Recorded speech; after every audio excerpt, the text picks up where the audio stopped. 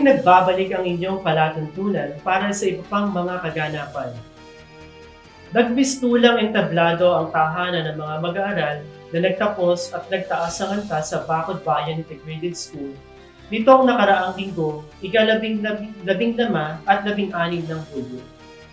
Masayang tinanggap ng mga nagtapos mula sa kinder at ika-6 at ika-10 baitang ang medalya na isinasabit sa kanilang leeg ng kanilang mga magulang na ipinakita sa natapos na virtual graduation ceremonies.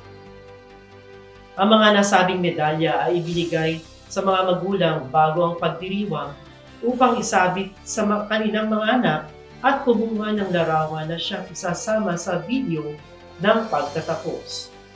Ayon sa isang ina ng mag-aaral mula sa ika-10 baitang na si Gemma Domingo, ibang kasiyahan ang naibigay sa kanila na mabigyan sila ng pagkakataon na masabitan ng medalya ang kanilang mga anak kahit nasa tahanan. Ipinaliwanag din ng guro na ika-6 na baitang ng BBIS na si Hazel Abelanyo ang kanilang dahilan ng pagsasagawa nito. Naisipan po na mamigay ng medal sa mga graduates para mas madama po nila yung success nila na natapos po nila yung module sa gitna po ng pandemya. At mas maramdaman po nila yung kanilang pag-graduate ng grade 6. Nagparating din ng pagbati at pasasalamat ang punong guro ng BBIS na si Artemio Dionisio sa mga mag-aaral at mga magulang. Naging matagumpay naman ang pagdaraos ng BBIS ng virtual graduation and moving up ceremonies sa tulong ng lahat ng mga mag-aaral, magulang, at kaguruan ng paaralan. Ang ulat na ito ay naitala ni Jessica Maril Galang ng Bakod Bayan Integrated School.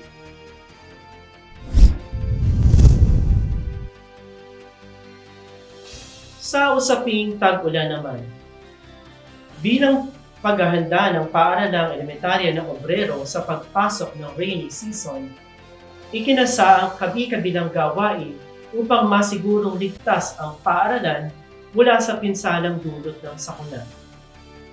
Nagsagawa ng virtual na pagpupulong ang mga kawani ng paaralan sa pangunguna ni Dr. Raquel Wong, punong guro Dalawang, upang pag-usapan at pagplanuhan ang paghahanda sa isasagawa sa paaralan. Kabilang dito ang paglilinis sa mga alulod ng bubong, pagpuputo ng mga sanga ng puno, at pagdiligpit ng mga gulong upang hindi pamahaya ng lamok. Katuwang ng mga utility ng paaralan ang mga guro na naka-duty batay sa kanilang alternative work arrangement. Ayon kay Wong, kahit na walang face-to-face na klase, ay mahalaga na mapanatili ang kalinisan sa paaralan at maiwasan ang pagkasira dulot ng bagyo. Dagdag pa ng punong guro, patuloy pa rin ang mga isinasagawang programa ng paaralan tulad ng pagpapanatili ng magandang estado ng Gulayan. Ibinida rin niya ang mga dagdag na hand washing facility bilang proyekto ng paaralan patungkol sa kalinisan. Ang balitang ito ay hatid ni Anthony Rivera, School Paper Advisor ng Obrero Elementary School.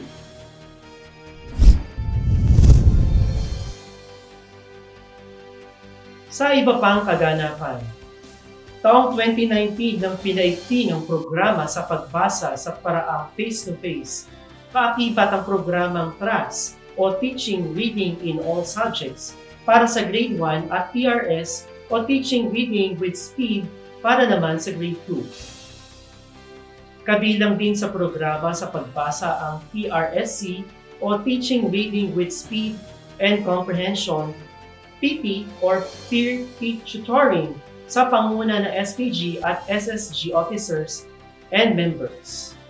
Idagdag pa dito ang ER o Extended Reading para sa mga reading activities sa bahay katuwang ng mga magulang o guardian sa pagpapabasa. Ngunit sa sistemang New Normal, pinagplanuhan na ituloy pa rin ang programa sa pagpapabasa at sa kabila nga ng pandemyang kinakaharap ay hindi tumigil ang pamunuan ng Kaibang-Bangan Integrated School para sa pagtulong sa mga batang kailangan ng gabay sa pagbasa. Sa programang Text Talk, magkakaroon ng pagkakataon ang mga bata at mga magulang na makapag-bonding ngayong pandemic habang nasa bahay. Sa mga simpleng mga babasahin ay malilinang ang kakayahan ng mga bata na makabasa at maunawaan ang konteksto nito.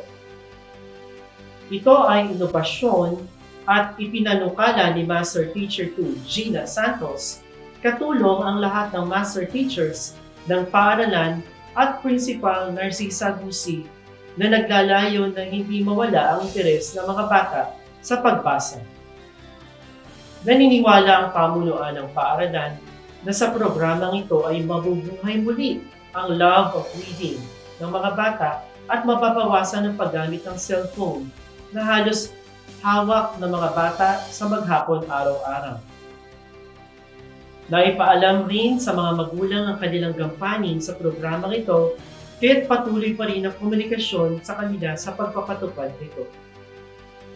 Matatandaang ang battle cry pa rin ng kagawaran ay mapabasa ang mga bata at maunawaan ang binasa nito. Kaya kahit sa panahon ito ay hindi tumigil ang pamunuan ng matulungan ng mga batang hirap sa pagbasa.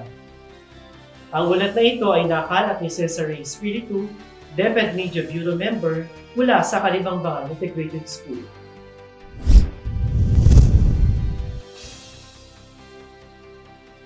Sa usaping best practices naman, nailathala ang on-bench o online benchmarking ng ACA Elementary School sa RYP Magazine sa education page sa kanilang issue ng April to June. Itinampok sa pahayagan ang pambato ng Paaralang ACA na on-bench para sa pagbibigay ng kalidad na edukasyon at mataas sa pangangasiwa ng paaralan para sa new normal. Naisulat dito ang mga positibong tugon ng mga kalahok sa mga online sessions sa pagbabahagi ng paaralan ng kanilang mga proyekto. Inilathara rin kung paano naisip ng punong guro ng ACA na si Alan David Valdez na gawin ang on-bench. Sinabi pa ni Valdez na panayam sa kanya ni Ordoñez na patuloy na mag-isip ng mga paraan na sa tingin niya ay hindi pa rin nagagawa ng iba upang matugunan ang mga pangangailangan ng paaralan. Ang RYP Magazine ay naglalayong makapaghatid at makapagbahagi ng mga kakaiba at kamanghamanghang kwento ng kahangahangang tao hindi lang sa bansa kundi pati na rin sa buong mundo. Naitala ang paglalathalang ito ng dalubhasang guro ng Kasipo Primary School sa San Clemente Tarlac na si Marichu Ubiña. Ang balitang ito ay inihatid ni DepEd Media Bureau Member Duwani Juan ng ACA Elementary School.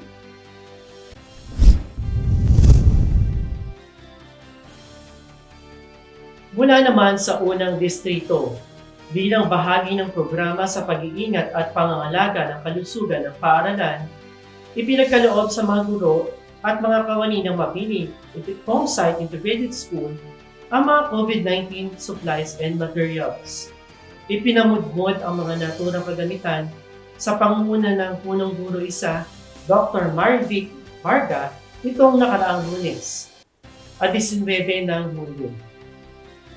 Kabilang sa mga supplies na tinanggap ng mga guro ay ang mga tissue, alcohol, face mask, face shields, hand soap, at oximeter.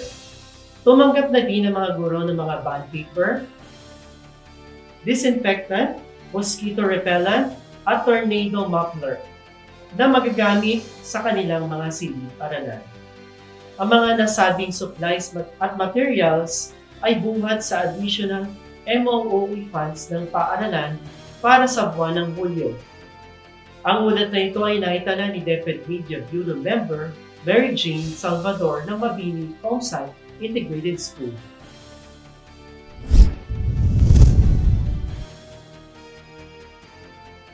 Sa usaping pampaaralang paghahalaman. Hinirang na isa sa kinatawan ng Rehiyon Tatlo ang San Josef National High School sa gaganaping national na kompetisyon ng Gulayan sa Paaralan Project matapos magwagi ang Paaralan ng ikalimang pwesto sa regional evaluation nitong nakaraang linggo.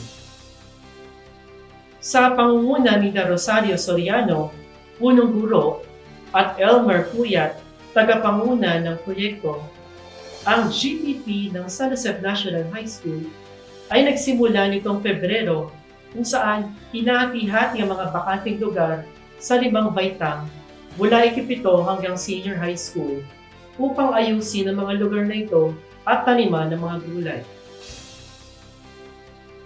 Ito ay sinimulan sa pagbibigay ng paaralan ng panimulang lupa at mga seedlings ng mga gulay tulad ng kamatis, talong, okra, sili at iba pa na dinagdagan ng mga guro sa mga sumunod na linggo at ilan pa sa mga ito ay sitaw, patola at alugbati.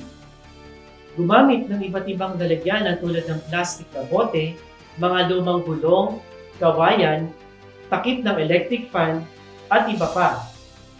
Ang mga guro upang taniman ng mga gulay at kasabay na rin nito ay dagdagan ng aesthetic value ang mga lugar na naitalaga sa kanila.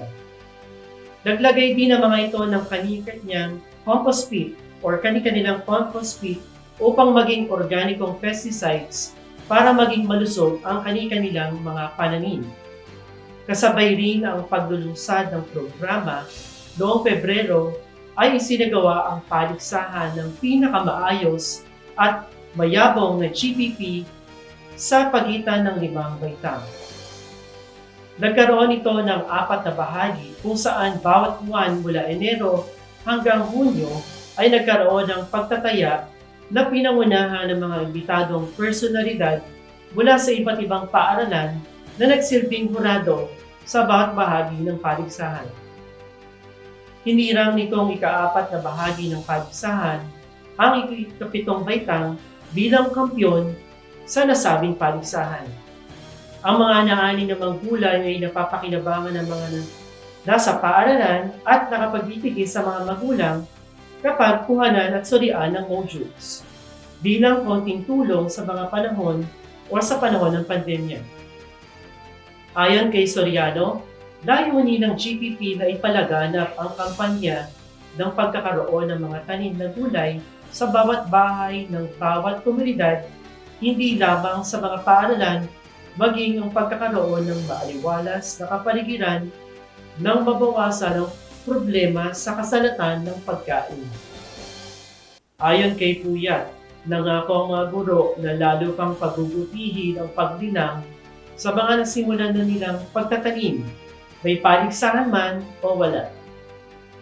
Nakala pa rin ang ulat na ito ni DepEd Radio Bureau Member Jenna Fermin. Still on the Green Initiative. Makatbong Integrated School reaped 2nd place in Gulayan sa Paaralan, Best Implementer, after being adjudged as one of the top winners in Region 3, Gawad Sikdab's 2021 Virtual Awarding Ceremony, held last Friday, July 16. The toils of school faculty and staff headed by Gulayan sa Paaralan Coordinator Distal Wilbert Balangat have not gone to waste after being recognized as the only elementary school in the division of Cabanatuan City who awarded in search for Gulayan sa Paaralan this school year. Balangat shared his success with the school utility, teachers, parents, and other community stakeholders who played a large part in the implementation of Gulayan sa Paaralan this year because there are no students who are supposed to help the garden. He added to continue innovating programs that will supplement and improve its implementation aside from recently launched YouTube channel that features correct vegetable gardening procedures and newly established manupan sa paaralan and greenhouse.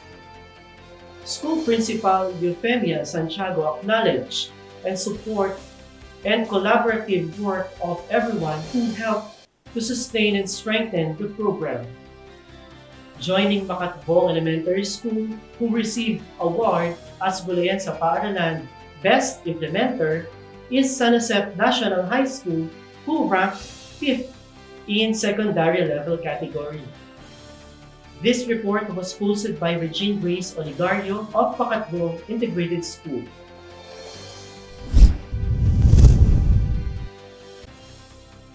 On matters concerning infrastructure, Alvin-type building of Ibabaw Bana Elementary School received building rehabilitation from city government and started last week. According to Kate Villanueva, Division Engineer 3 of DepEd Cabanatuan, Ibabaw Bana is one of the recipients of Cabanatuan City's building rehabilitation based on the needs of the school. Rehabilitation includes replacing of new ceiling, repairing and replacing of new windows and doors, electrical and plumbing works, repainting inside and outside the building and on the roof. According to Villanueva, rehabilitation is expected to be completed within 60 working days. The management of Ibabaw Bana Elementary School is pleased that the city government has chosen the school for the renovation to make the building safer to use. Principal Harold D. Bantonio added that the Alvin-type building serves as a shelter for kindergarten learners, administration office, and ICT room. Arlene Alcober, the school property custodian of the school, assured that the new and improved Alvin-type building will be more pleasant after its renovation. This report was posted by your anchor.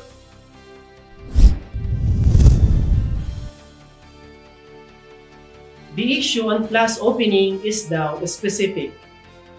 President Rodrigo Duterte has just approved September 13 as the opening of classes for school year 2021-2022. This was announced last week by the Department of Education through a press statement published in its official website and other social media platforms. Earlier in May, the Department of Education submitted to Malacanang the proposed dates for class opening. Among the proposed dates is August 23. DepEd Undersecretary Annalyn Sevilla said that Duterte approved September 13 opening based on the recommendations of IATF, DOH, and other think tanks in Malacanang. She further mentioned that face-to-face classes will remain suspended due to the new variants of COVID-19, which were discovered recently. Sevilla further noted that education will continue using blended learning delivery approach. Though there have been floating ideas on the possible face-to-face classes in selected areas, the Undersecretary pointed out the approval still remains in the hands of the President when he sees it fit and safe. Malacanang still holds on the ground that health and unity must be attained first before going back to face-to-face classes. Health and unity means 70% of the population must have been vaccinated. This report came from Media Bureau News 5.